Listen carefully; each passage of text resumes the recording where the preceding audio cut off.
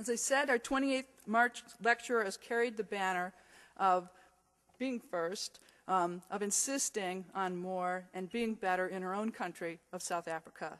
Judge Pillay received her BA from the Natal University in South Africa. She studied at Harvard, where she earned a Master of Law and a doctorate in juridical science, also at Harvard. She's been an attorney for 30 years. She was the first black woman from South Africa to get a doctorate in law from Harvard. She defended and she represented liberationists and activists in South Africa in 1967 during one of the most difficult and periods of upheaval in South Africa's history. Indeed, she was there for one of the most dramatic social shifts in our lifetimes. She was appointed to the High Court of South Africa and later was elected by the UN General Assembly to preside as a judge in the International Criminal Tribunal for Rwanda. She now serves as one of only 18 judges in the International Criminal Court, or ICC as it is known, which is based in The Hague. That's the paper version of Judge Pillay, and it is in itself a remarkable story, but there's more. This is the story of a lawyer who was born into the last decades of a 300-year-long era of apartheid. And time again, she received messages about what is possible, and she decided time and time again to defy those messages. At just 16 years of age, she wrote an essay entitled The Role of South African Women that launched her reputation as a human rights activist. She was discouraged from attending law school. She opened a solo practice, not, she says, because it was a lifelong dream, but because nobody would employ a black woman lawyer. She's made hundreds of trips to jails that held political prisoners and even sometimes their children. She founded an agency to help abused women, and from that pulpit continues to build an international solidarity movement. She is a woman who watched the fall of apartheid and the rise of Nelson Mandela. She is someone who believes in herself, even when told not to. She is someone who believes in the power of healing, of learning, and of urging people to join the cause. She believes in this for organized government, countries, as well as for individual people. We can draw inspiration and strength from the heroism of others. It's been a good year for the college in having the opportunity to carry forward a theme of international human rights and domestic rights through the McCormick Lecture, the Marx Lecture, and a series of other lectures, drawing together this important aspect of what it means to be a fully evolved person, but certainly a fully evolved lawyer in the world. This is hard work to do. It's hard to remember how much more remains to be done. And it is the rare individuals who actually do it and don't just exhort others to do it. Please join me in welcoming one of those heroes, our guest today, Judge Pillay.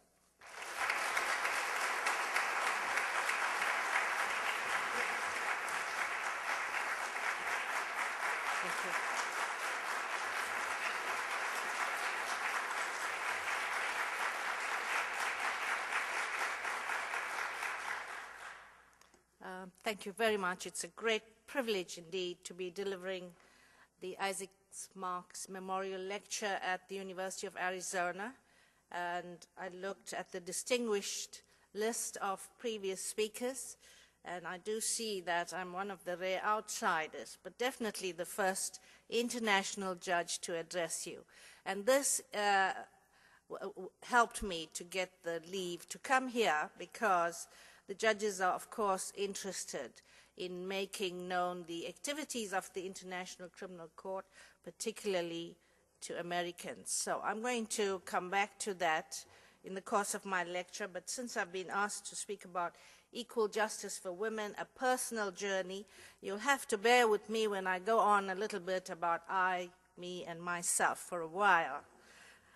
Thank you very much, Dean, for that introduction. I think there's been some research done there that I didn't know. You know, I'd forgotten about what I did when I was 16 years old.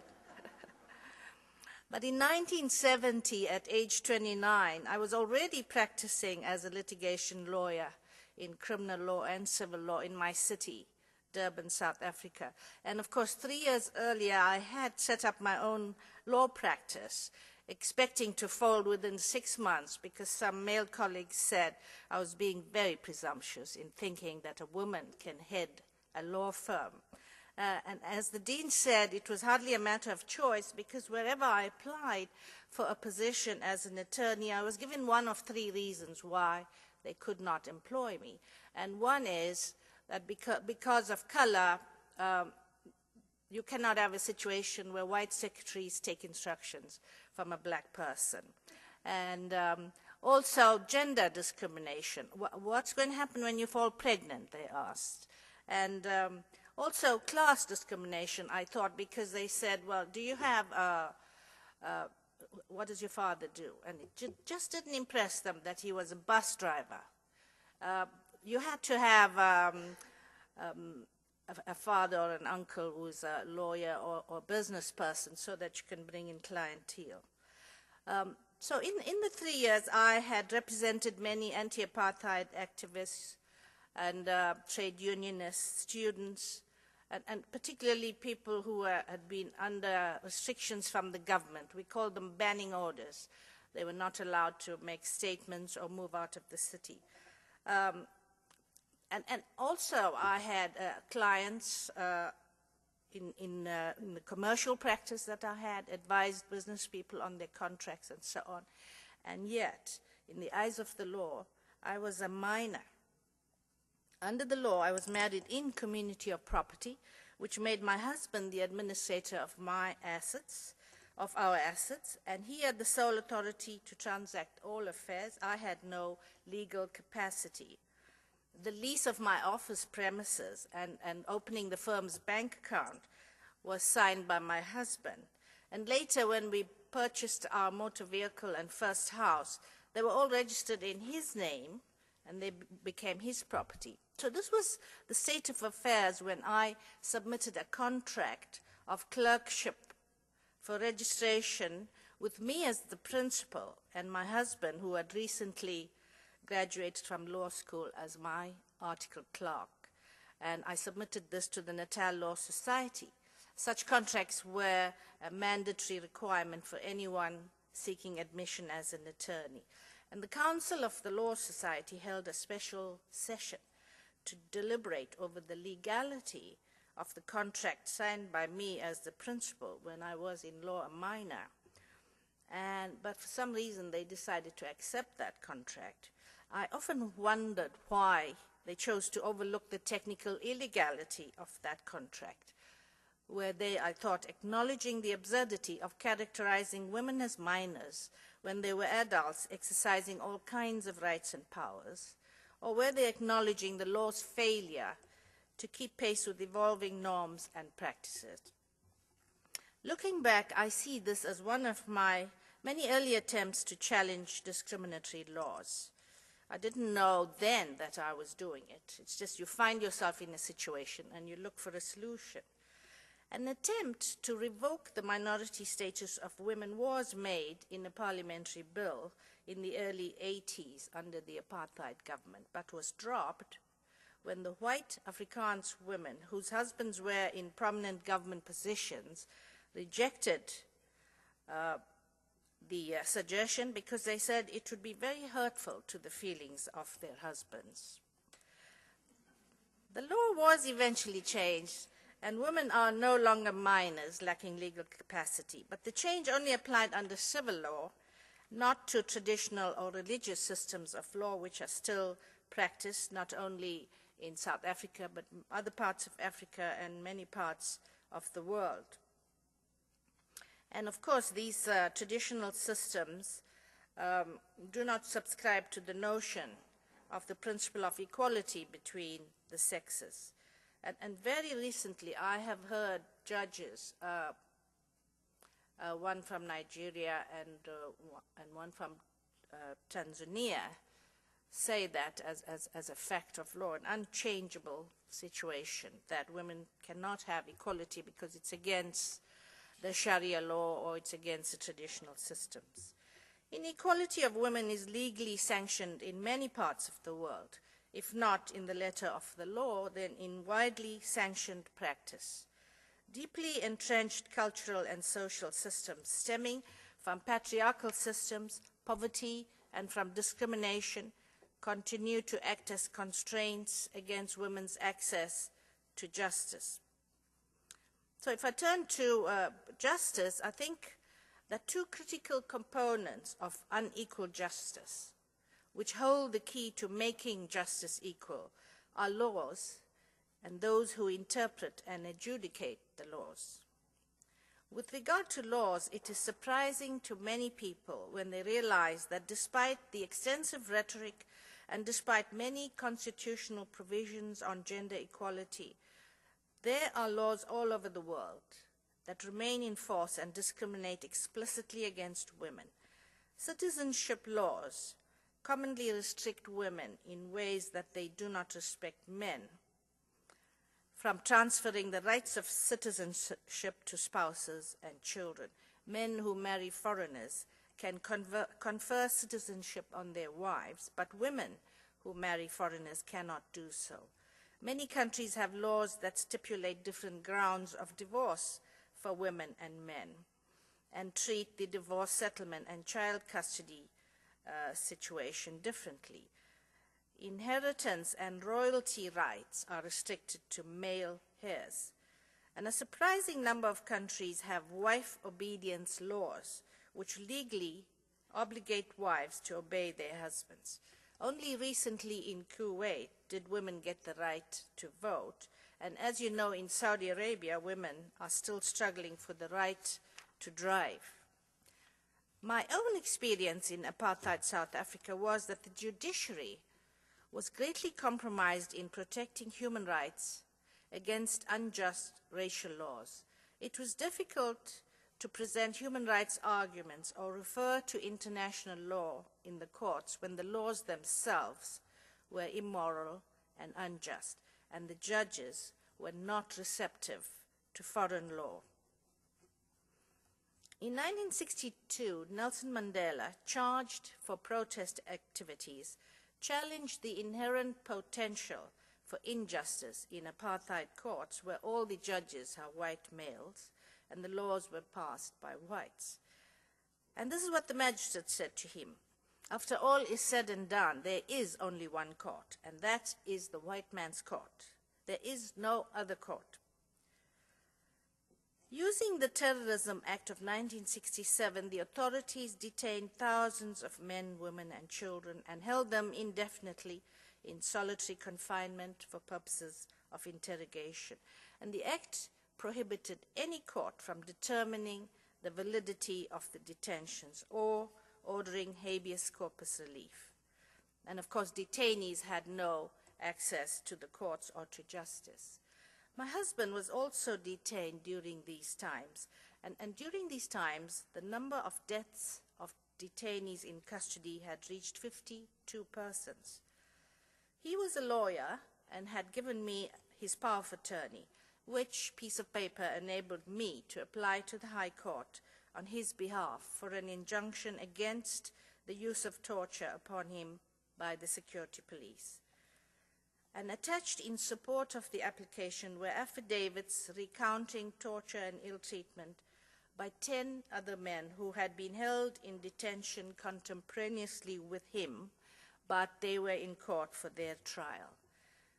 This was the first successful challenge to the Terrorism Act, resulting in an order restraining the police from using unlawful methods of interrogation. And the court relied on fundamental principles of common law and also ordered that a copy of the order be served on my husband. The case drew public attention to the abuse of the law and provided precedent in trials that followed for lawyers to challenge the reliability of evidence from detained persons. Two such cases in which I was the defense attorney involved the trials of multiple persons from two opposition groups, the Unity Movement and the African National Congress, whose members were charged for political opposition activities, but under the Terrorism Act. I contacted the Washington-based Lawyers Committee for Civil Rights under Law, established at the initiation of President John F. Kennedy. They sent to us Dr. Louis Jolyon West of UCLA, an eminent psychiatrist, to give expert evidence on what happens to people when they are held on a long-term basis in solitary confinement. And he described the DDD syndrome, depression, dependence, and debility, and its effect on detainees, causing them, he said, to want to please their interrogators. He had conducted extensive tests on U.S. prisoners of the Korean War and in the Patty Hearst case on behalf of the U.S. administration. His evidence was accepted as expert and authoritative. When these cases went on appeal, the appeals chamber confirmed the authority of Dr. West and his research. But the court dismissed defense argument that evidence produced under these conditions was inherently unreliable. Many convictions and many sentences of life imprisonment of persons, including people who are now sitting in the current South African government, resulted from testimony of this nature extracted, I would say, by the security police. It was at this point that I was convinced that some knowledge of international law and internationally accepted fair trial norms would help us strengthen defense arguments in a court against these horrific laws.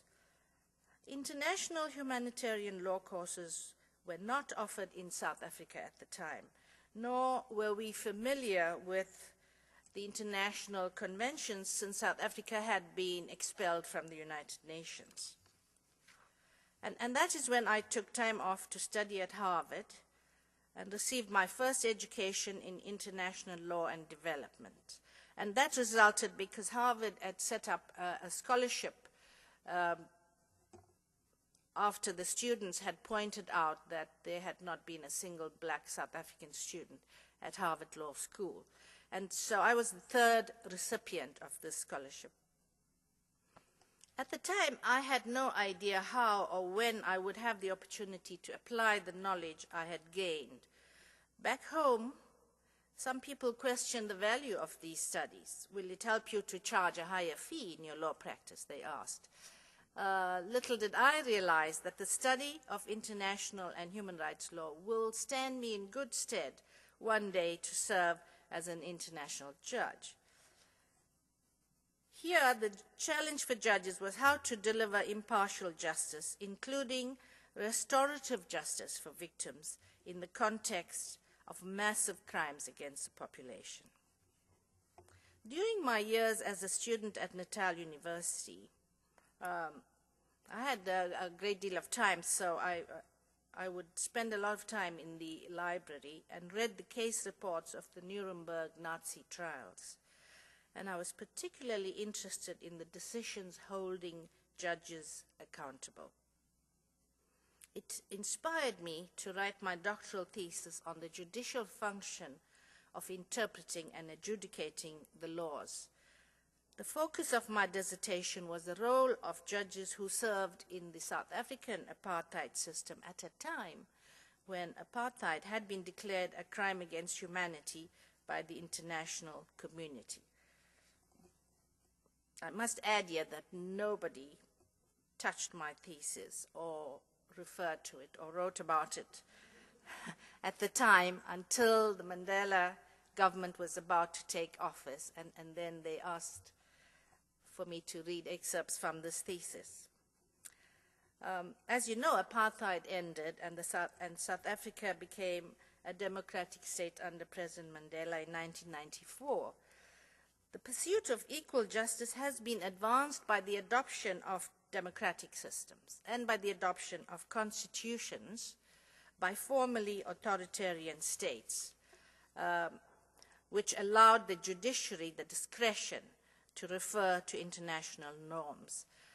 The South African Constitution is a case in point in its interpretation of social and economic rights and domestic violence. Not only are social and economic rights recognized in our Bill of Rights, but the Constitution places an obligation on the Constitutional Court judges to consult international law. So briefly then about domestic violence, because of some important decisions given by the Constitutional Court on domestic violence. I must say that in the beginning, when I started my law practice, I had very little understanding, even less patience with the women who came to me with their legal problems. I thought that they should be more assertive and should try to stand up for themselves. But when too many women said to me, "We came to you because you are a woman lawyer and will have a woman's perspective," then I began to listen to their voices. And I slowly developed an understanding of the endemic discrimination endured by women and the lack of legal remedies available to us. I represented women who were beaten by their spouses, forced to leave, flee homes, and unable to obtain any legal remedies or maintenance orders. The legal system at that time focused more on protecting property and commerce than on protecting personal lives. So when this client of mine, Rukmin Maharaj, came to see me one day back in 1983, I felt that something more than chasing the law was called for. Rukmin had been brutally slashed by her husband with an axe and left for dead. And as she lay bleeding, her 4-year-old daughter tried to wipe the blood off, and the husband said, "Just leave her there to die." She recovered but suffered permanent disfigurement, and I was helping her obtain compensation from the husband. And she agreed to tell her story on television and was interviewed in my office. Of course, these kinds of media exposure are common today, but when it is done for the first time, as was the case here, it shocked people and drew dramatic attention to the widespread incidents of domestic violence. My client was both lauded and derided, first for her courage and for breaking the silence, and derided for shaming the family name. And I face some risk as well for sanctions from the Law Society for flouting the rules against advertisement by lawyers. But inspired by Rukmin, an academic colleague and I opened an advice center for victims of domestic violence at the university in Durban, and we set up the first shelter, and this institute is still running at the university. We wrote and published a basic guide to protective and legal remedies, and it was a little, nothing, common sense book. But much to my surprise, women referred to it as their Bible. And the significance of this is, without information about their legal rights, women are unable to access justice. And this is the situation in many parts of the world. While violence in any form is cruel and degrading, the overwhelming incidence of violence against women across the world and across cultural, class, and racial divides undeniably indicates that violence, both in times of war and in peace, is gender-based, with extensive risk to women's lives, their dignity, and physical, mental, sexual, and reproductive health. So, as I said, the South African Constitutional Court was looking at the injunctive order ordered against an abusive man in this case. The statute itself is gender neutral, which means either party can claim those relief, but the husband in this case challenged the constitutionality of such an order against invasion of his fair trial norms because the act enabled an injunction to be issued without a hearing. And the South African Constitutional Court had a pragmatic interpretation and application of laws and policies against the realities of subordination and gender hierarchy. And they made a forthright pronouncement that the state has a duty under international law to prohibit all gender-based discrimination. Now, of course, international law, as I and those of my generation were taught it, dealt with interstate relations only. It has developed into new dimensions: international criminal law, international humanitarian law, international human rights law.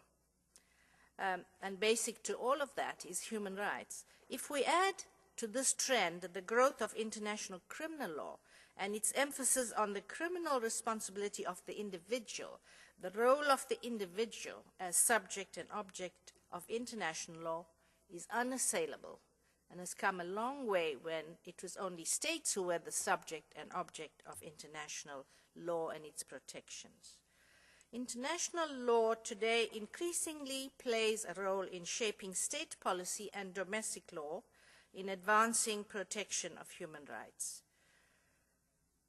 Developments in international criminal justice, we must recall, was at a standstill for 60 years since the Nuremberg and Tokyo tribunals of 1945.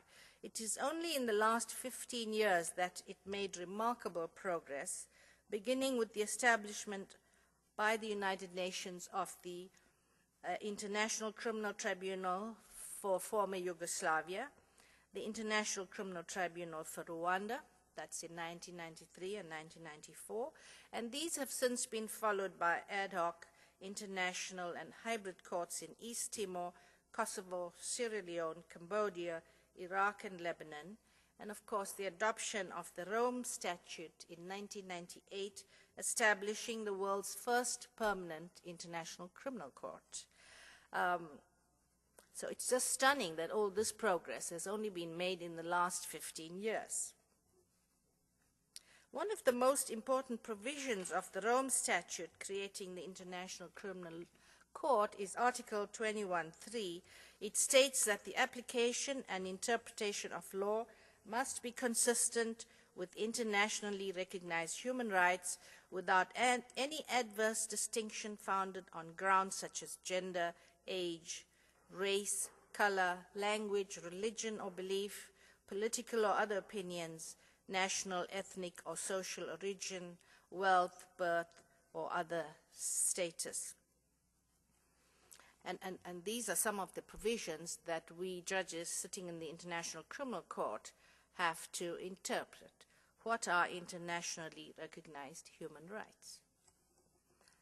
The jurisprudence of other international tribunals and human rights bodies, as well as the jurisprudence of national courts, including the United States, on the interpretation and application of human rights norms will be a critical guide to the ICC, bearing in mind that the ICC's primary competence is trying cases of individual criminal responsibility.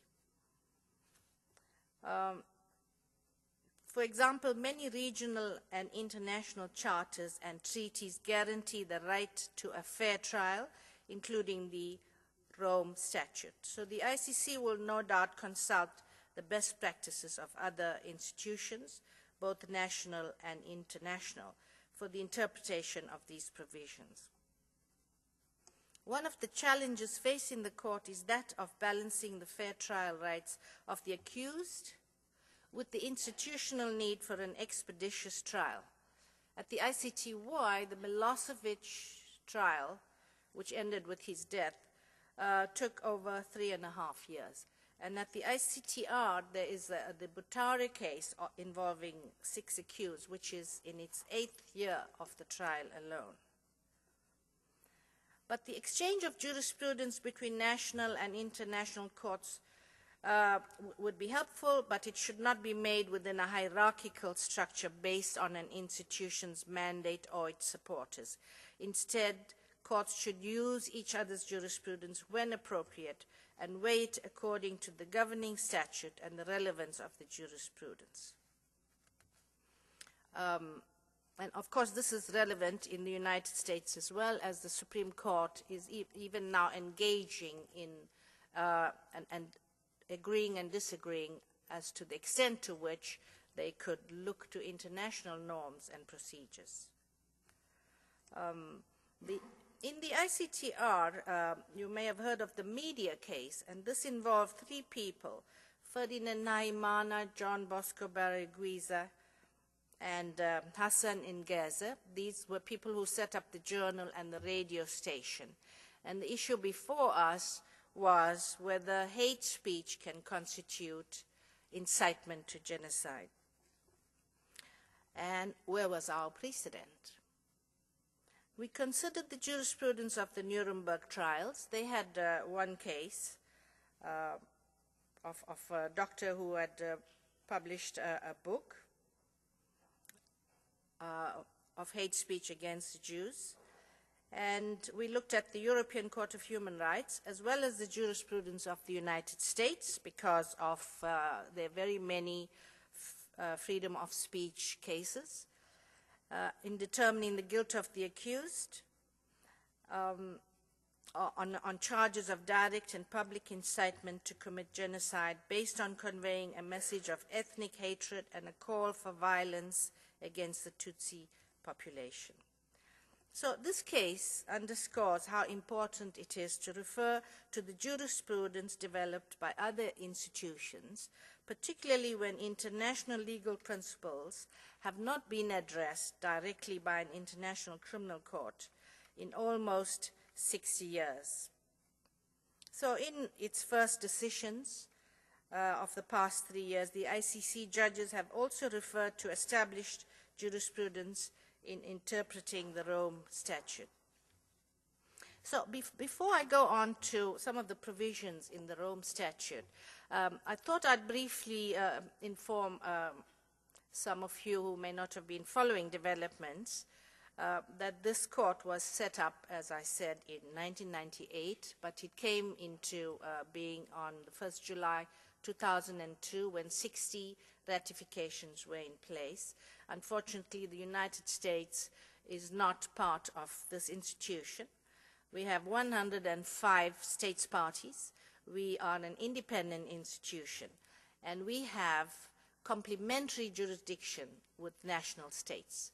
Unlike the Yugoslav Tribunal and the Rwanda Tribunal, which had the primary jurisdiction, here we will only intervene if a national state concerned is unwilling or unable to prosecute. And we have had referrals from 3 countries in Africa: Uganda, Central African Republic, and the Democratic Republic of Congo. We have currently 3 persons from the Democratic Republic of Congo on trial. And of course, the Security Council itself referred the situation in Darfur, Sudan, to us.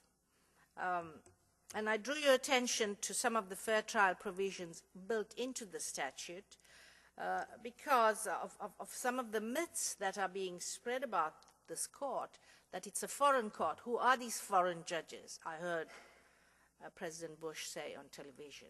Well, we are all national judges. We've just been put in this international court to make it work and to ensure that all our experience with regard to holding criminal trials fairly are brought into effect here. And as I said, it's a misnomer that the court will go after heads of state. When I went to India, that was their fear, by the way, that we would go for the head of state. And that was also the fear in Indonesia. Well, I did participate in the case in Rwanda where we sentenced the Prime Minister of Rwanda to life imprisonment, but on his plea of guilty to genocide and crimes against humanity. So these are some of the reactions to the court, but we are an ordinary court, and because of the unfortunate lack of ratification by the United States, the practice then is that the court does not recruit all you wonderful people from the United States.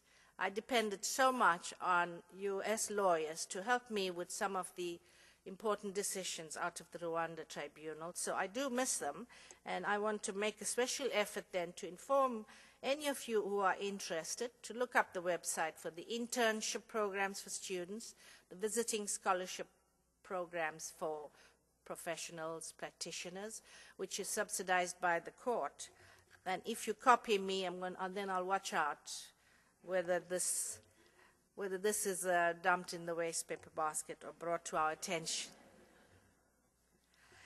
So, as I said, the Rome Statute is a landmark not only for creating a permanent international criminal court, but Also for incorporating substantive, procedural, and structural provisions essential to the court's capacity to fairly prosecute and judge gender crimes.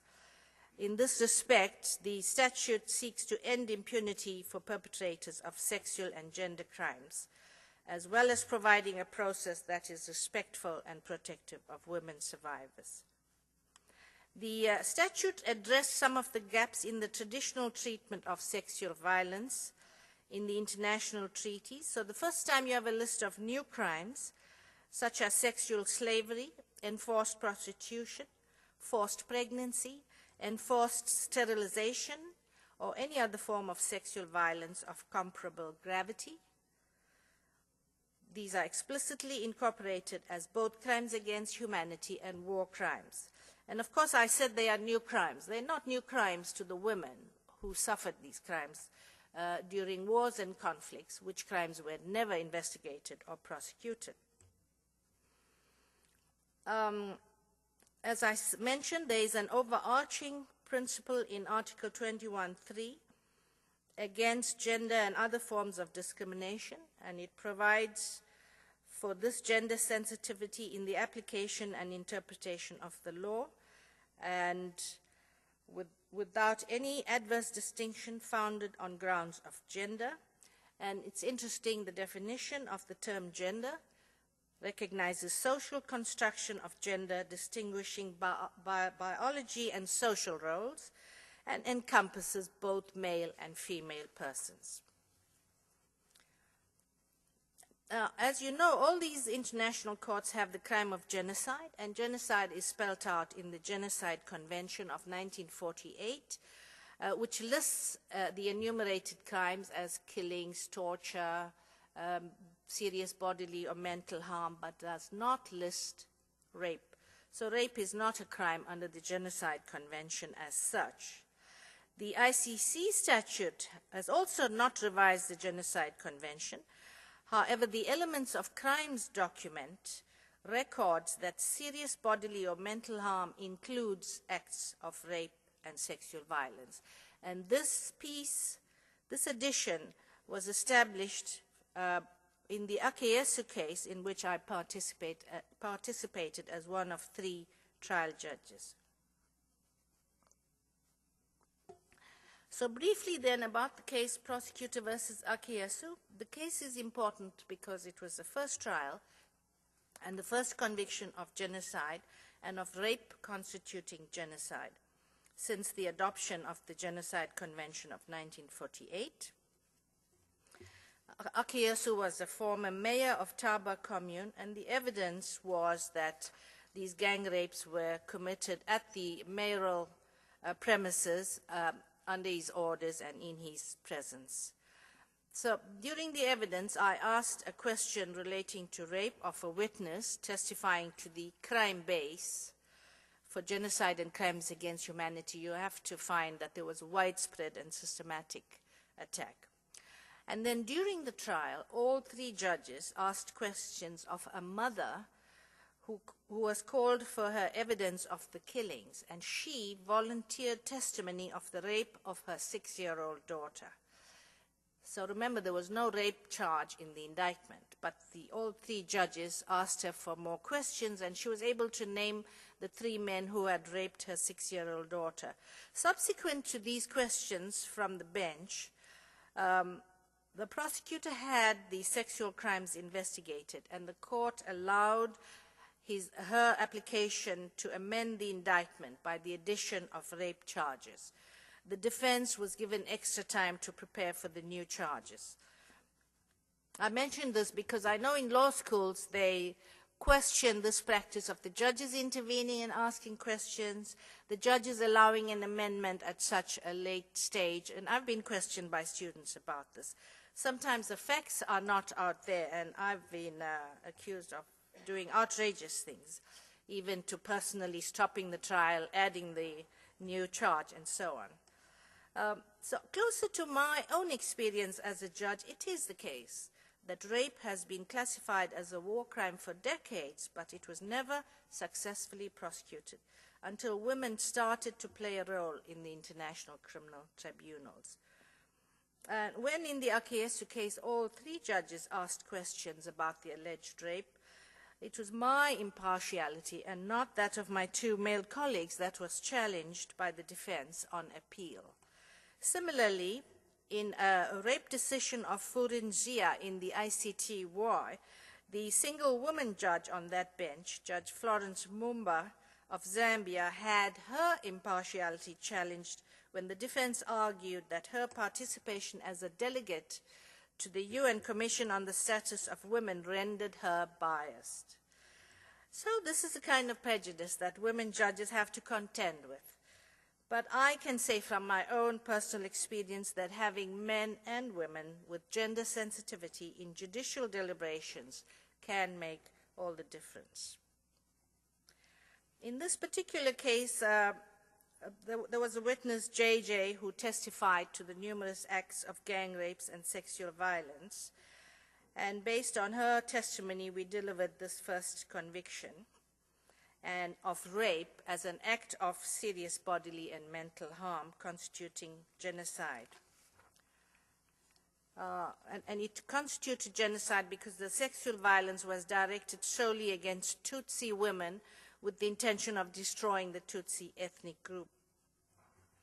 This case is being widely studied at universities and by states all over the world because of its groundbreaking new definition of rape. We stated that the definition, we stated in the decision that we found no commonly accepted definition of the term rape in international law, and we define rape as a physical invasion of a sexual nature committed on a person under circumstances which are coercive. So you would notice that it is gender neutral. It doesn't talk about consent. And this definition was used subsequently in the ICTY decision because there it was mainly young boys and men who were subjected to rape. We stated that rape was a form of aggression, and like torture, rape is used for such purposes as intimidation, degradation, and humiliation. And the definition focused on the concept of rape in situations of mass violence. I must say that the testimony of one of the witnesses, this witness JJ, whom I mentioned, motivated me to re-examine traditional definitions of rape. Witness JJ was testifying when the prosecutor kept asking her in each of the multiple rapes that she was describing whether there was penetration. He said, "I'm sorry to keep on asking you each time, did your attacker penetrate you with his penis?" And her answer was, "That was not the only thing they did to me. They were young boys, and I am a mother, and yet they did this to me. It's the things they said to me that I cannot forget." Her words led me to inquire into the law's perception of women's experiences of sexual violence and its consequences during armed conflict. In the case, the alleged acts of rape occurred as part of a widespread and systematic attack against a civilian population. So this definition has been incorporated virtually verbatim in several jurisdictions, including my own, and in both California and Illinois, where gender violence for civil purposes is defined in part to include, I quote, physical intrusion or physical invasion of a sexual nature under coercive condition. And it has been followed in all these other courts and in several cases in the ICTY, but not consistently. There's been 3 definitions coming from the ICTY, and a 3rd definition established in the Coonerer case in the ICTY concluded that the true common denominator is violations of sexual autonomy. And they set out 3 requisites for the crime of rape, including force and lack of consent. But in a recent appeal, the decision in Gachumbitsi, the trial chamber of the ICTR had found that the circumstances surrounding the rape for which he was convicted were so coercive as to negate any possibility of consent. And this came on appeal before the ICTR appeal chamber in the Hague. The prosecutor invited the appeals chamber to consider the issue of consent as one of general significance for the tribunal's jurisprudence, and argued that non-consent is not an element of rape as a crime against humanity or as an act of genocide. Instead, prosecutor argued, it should be considered as an affirmative defense open to the defense. The appeals chamber ruled that non-consent and knowledge were elements of the crime of rape, and that non-consent may be inferred from coercive circumstances without the need to introduce evidence of the victim's lack of consent. So, although the appeals chamber largely confirmed Akayesu, they did bring back in consent as an element of crime. One of the judges who participated in that decision immediately after wrote a law review article, and he sent that article to me, where he's criticizing his own definition and saying that you cannot follow national practice because you don't have national cases of large-scale conflict and sexual violence. And I have the reference in the written paper that you will get. And so when I met him, I said, well, why didn't you say so in your judgment? And he said, well, they had to compromise. So now it's left to the International Criminal Court to work out its own defense, which actually incorporates Akayesu, incorporates consent, and a whole lot of things. When they were drafting that definition in the Rome Statute, the U.S. delegation was led by the Pentagon, which I suppose you know, and someone asked me to call this judge, the military judge of the Pentagon. And I asked him to explain where he's going with this definition. And he said, well, the Akayesu definition does not provide for the situation when the women rape the men. It does, actually. It's gender neutral. But that was his concern for this war crime of rape constituting a war crime. There are many evidentiary rules relating to sexual violence in the ICC statute. They safeguard victims in sexual violence against intrusive or unfair questioning or re-traumatization. And because these crimes within the ICC are serious atrocities, consent is generally not an issue in sexual assault forms of the crime. Evidence of consent will be presumptively unacceptable and subject to judicial assessment in camera prior to introduction. And we have new provisions in the ICC statute, and I'm raising them for you because in many discussions such as this, people have pointed out that they expected that the Akayesu decision will take off and that now we would see proper and full investigation and prosecution of sexual crimes against men and women. But this is not happening. I have no answer. I simply point now to some of the provisions in the Rome Statute of the International Criminal Court that I imagine are there, that they are available to civil society organizations to take up.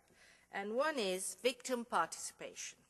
The ICC is the first court at the international level to provide for victim participation in proceedings. The statute fills a gap in justice by explicitly providing for the right of survivors to participate in the justice proceedings directly or through legal representatives by presenting their views and concerns at all stages to the court. But such participation is subject to judicial supervision and must not be prejudicial to or inconsistent with the rights of the accused and a fair and impartial trial. So the court has to aim to achieve an equitable balance between a number of legitimate goals. This is an important and innovative opening in international criminal courts, providing direct access to justice for survivors of ICC crimes. Such provisions are not familiar to us in the common law system, US, UK, South Africa. where victims participate in various stages of the proceedings, but they appear to be familiar to the civil court systems, and the ICC's lower courts, the pretrial chambers, the trial chamber, have interpreted these provisions. Some have allowed participation of victims at the investigation stage, what they call the situation stage, while the investigator is still investigating. And in response to these applications, the prosecutor has claimed that this is an interference in his independence to investigate these serious crimes. And the defense has objected, saying that it appears that they now face two prosecutors. These matters have now come before the appeals chamber for decision. So we have 8 appeals dealing with victims' participation. To what extent would the courts allow this participation and yet preserve the rights of the defense and the prosecutor? The court is also required to protect victims, to protect the safety, dignity, privacy, physical and psychological well-being of victims, particularly in crimes involving sexual or gender violence against children. These concerns may be safeguarded by measures respecting confidentiality, anonymity, and preventing re-traumatization. We have created a Victims and Witnesses Unit. By we, I mean the registry, and they hold ongoing consultation with civil society organizations and with many experts on the needs and goals of victim protection. This unit must include staff with expertise in trauma. So these are all provisions in the statute and the rules. Now for reparation of victims, this is another very explicit provision in the Rome Statute. There was no such provision for reparation for victims in the UN statutes for the ICTY and ICTR. They were focused on justice by way of prosecution of perpetrators, and they neglected to provide for restorative justice in the form of reparation for victims. When I was president of the ICTR, I addressed a letter to the UN Secretary General on behalf of the judges, and in response to complaints from Rwandans of injustice. Rwandans at one stage called a boycott of the tribunal and were particularly aggrieved in their belief that the tribunal was providing HIV, AIDS, and antiretroviral medication to detainees in its custody, whereas victims of the genocide in Rwanda were not receiving any treatment or any medications. And we requested the UN to remedy the gap in the statute and make provision for compensation for victims. That letter was written in November 2000. We're still getting a reply to that one. But at least here in the ICC, the Assembly of State Parties has established a trust fund as provided in the statute for the benefit of victims who have suffered harm as a result of crimes within the jurisdiction of the court and the families of such victims. And I mention that provision for you because once again we have to deliberate who are victims. Are they generally all persons who have suffered as a result of crimes that fall within our jurisdiction, or must there be a link to the charge sheet? As I say, these are very challenging new issues, and I look forward to anything that you write about these issues to help us interpret these provisions. The Trust Fund is charged with implementing court orders for reparation, and they also have started on their own programs. Archbishop Tutu is the chair of the Trust Fund. So 3 projects already in place are a rehabilitation program in Bukavu, DRC, for victims of rape, an interactive radio program in Bunia, DRC, to help victims speak out and overcome stigma and marginalization, and a reconstructive surgery program in northern Uganda for disfigured victims. Other provisions that will advance the cause of equal justice for women are the gender representation requirements. Because it's built into the statute, From hiring staff, top down, there has to be a gender representation. The elections were structured so that there had to be a minimum of 6 women judges. We are now 8 women out of the 18 judges. And the statute requires that in the process of selection of judges, prosecutor, and all staff, the need for legal expertise on violence against women or children be considered. This additional provision recognizes both the importance attached to gender crimes in the work of the court and the need for expertise and sensitivity to ensure effective processes. These provisions, to my mind, are very important because at the judicial level, we judges come from many different jurisdictions.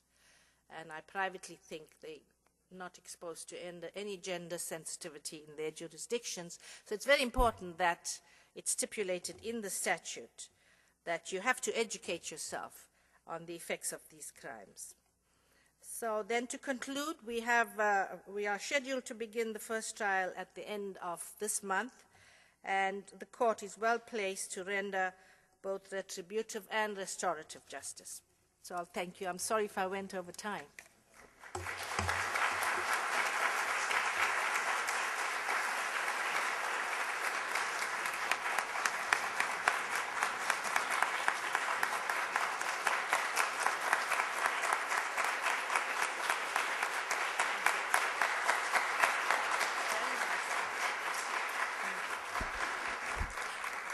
We're aware that for some of you, you may need to go to other classes. If so, I think that would be good for you to exit now. And we'll take a number of questions with the smaller group here.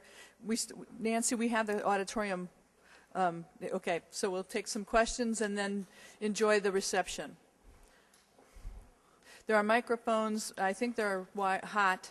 If you come down, and we'll take about maybe 5 or 6 of them before heading out to the food.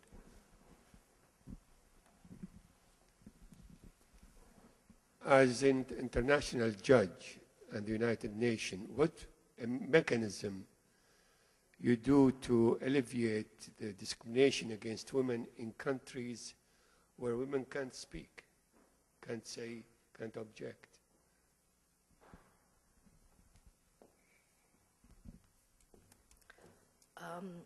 Your question is so important and points to very many countries, but one's mind immediately jumps to the Middle East.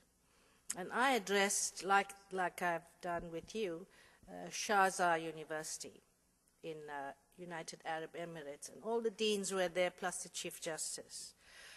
And they're very protective of their system. One judge even told me how well this chopping off the hand for theft works there. So that's where we stand. In one little corner of the auditorium were a few women, all dressed in black with just their eyes showing. Every time I stepped out, they wanted to take photographs with me, and I wondered why. They all looked alike with the black thing. And the next day, none of them were there because they could only come in if they are escorted. So that's the silence that you are referring to. As I said, this is just 15 years we've made all this progress. We must be the only court in the world, well, with the exception of some Scandinavian courts, where we have 8 of the 18 judges who are women. So to me, these are the starting points.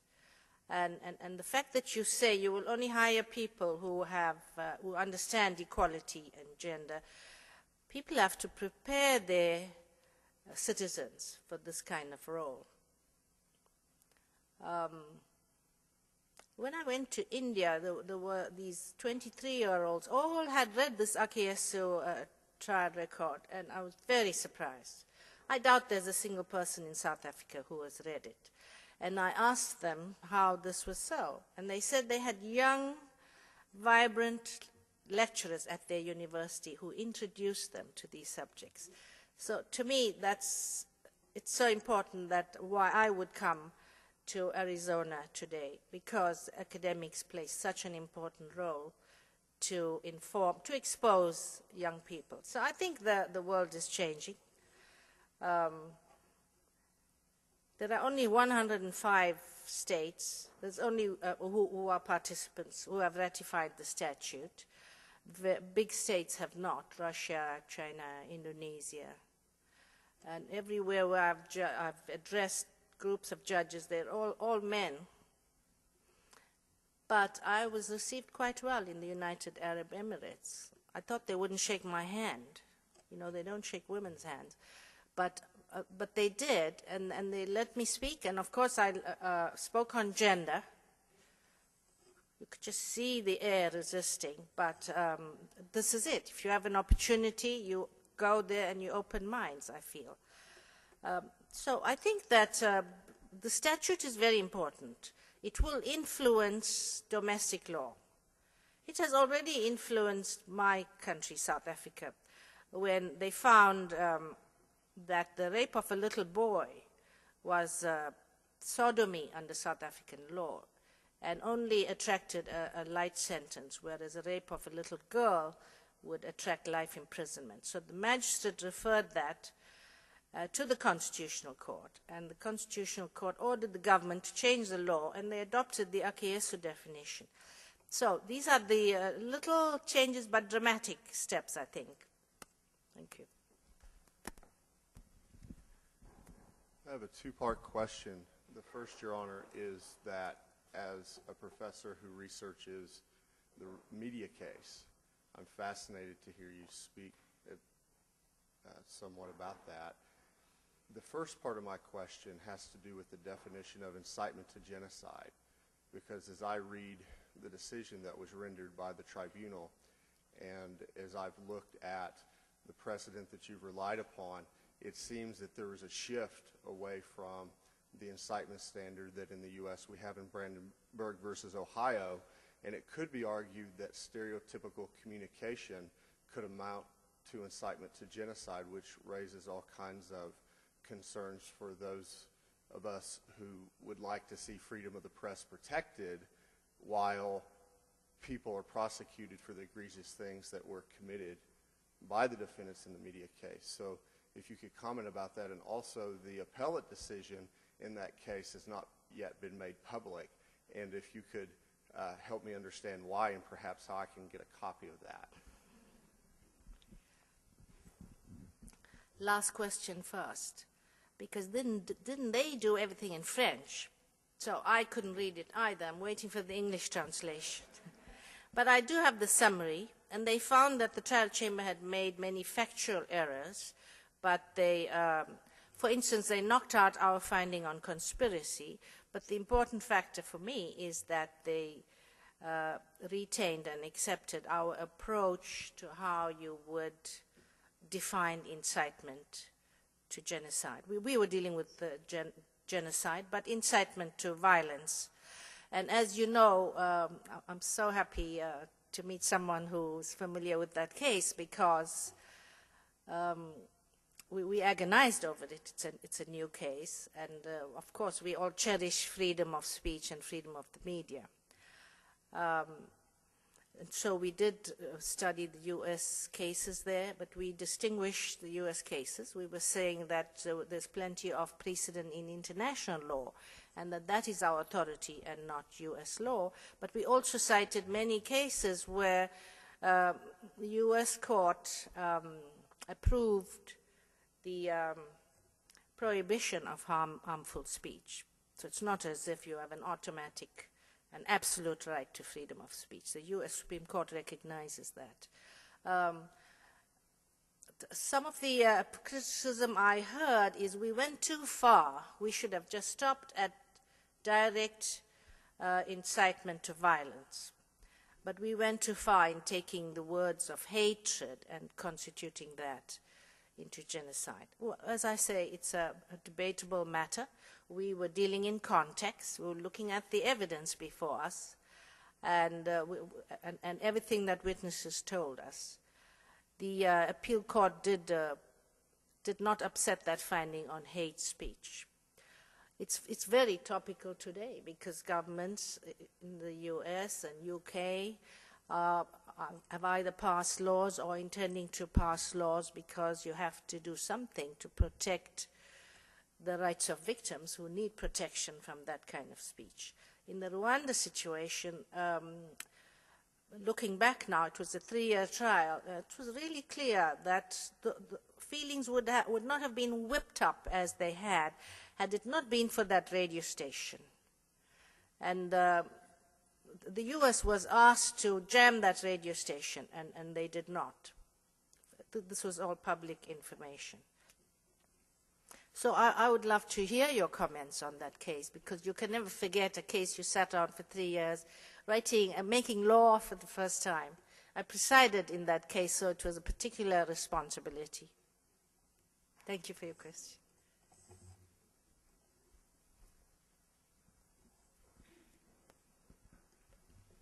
Welcome, Judge Pillay. Thank you.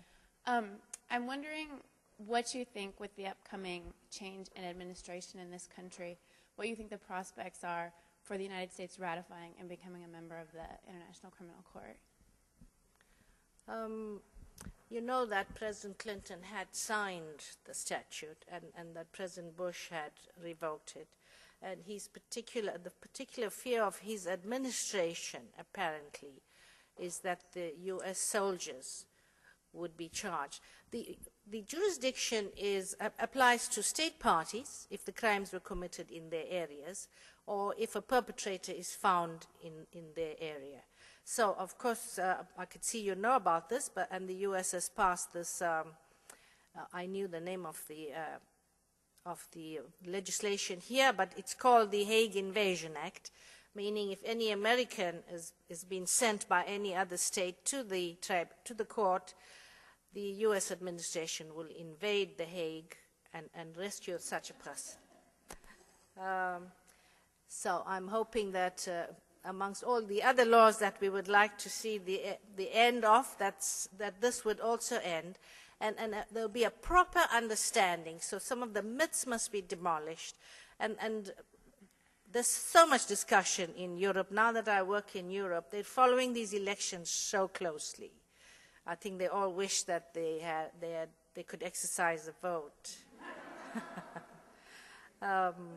And I'm very, very hopeful. As I say, I personally miss the American voice, because the human rights started here in this country, and most of these conventions started here. The anti-apartheid activity started here.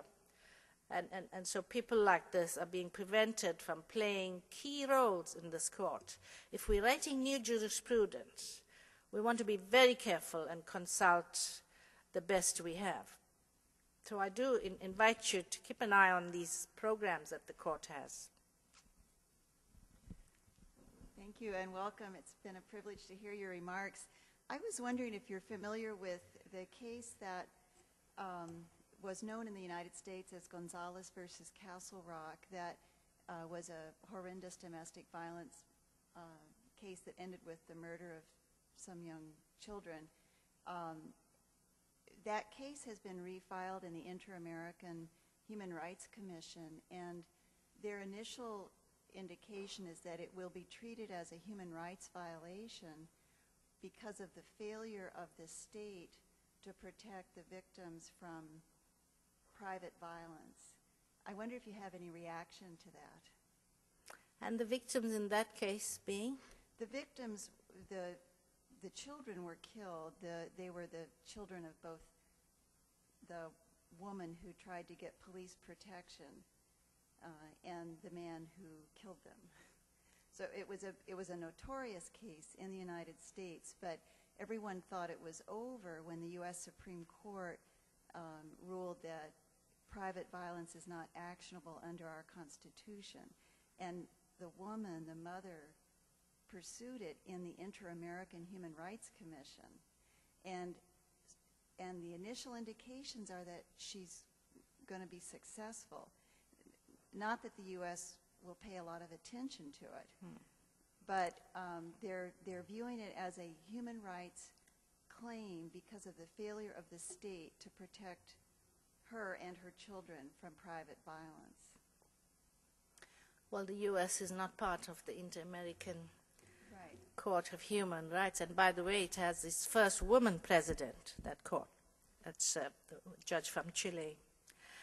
they give very serious reasoned decisions. We consult them when we can. So whatever they come out with, I think, would be an important development. That's why I mentioned the South African Constitutional Court, because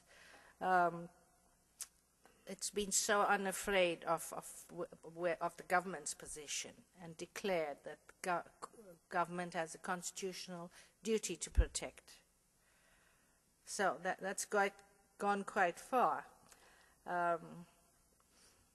I have met with some of the U.S. Supreme Court judges. They were first, well, not first, they're really unfamiliar with our kind of work and what goes on in international law, and I'm hoping that they would pay more attention to reasoned decisions coming from other jurisdictions. And that's why in my paper I was going that route to say, look, we should look at the best. There's no hierarchy here about one court being higher than the other. It's the reasoning and the human rights sensitivity behind this that is important. So I wish you well. I did support in 1993, I was part of the women's movement then, and we supported the case of these 3 women, one in England and 2 here, who had been sentenced to very harsh terms of imprisonment after their reaction led to the death of their abusive husbands. So all those sentences were reduced or reversed because of the protests from civil society. And I feel we wouldn't have had the International Criminal Court today. We wouldn't have all those gender protections in today if it wasn't for civil society organizations, human rights activists. So I feel positive about where we're going with these. Don't let's have one case depress us. I'm going to close now so that we can go to the reception. I want to point out, though, to the audience, I'm proud to have Professor Zelda Harris, who runs our domestic violence clinic, here today. And I guess Zelda's going to be coming at me now with an international mandate as well. We have a small token of our respect. It's been an honor to have the opportunity to have you here in Arizona. We hope you'll come back. Please join me in thanking again Judge Pillay.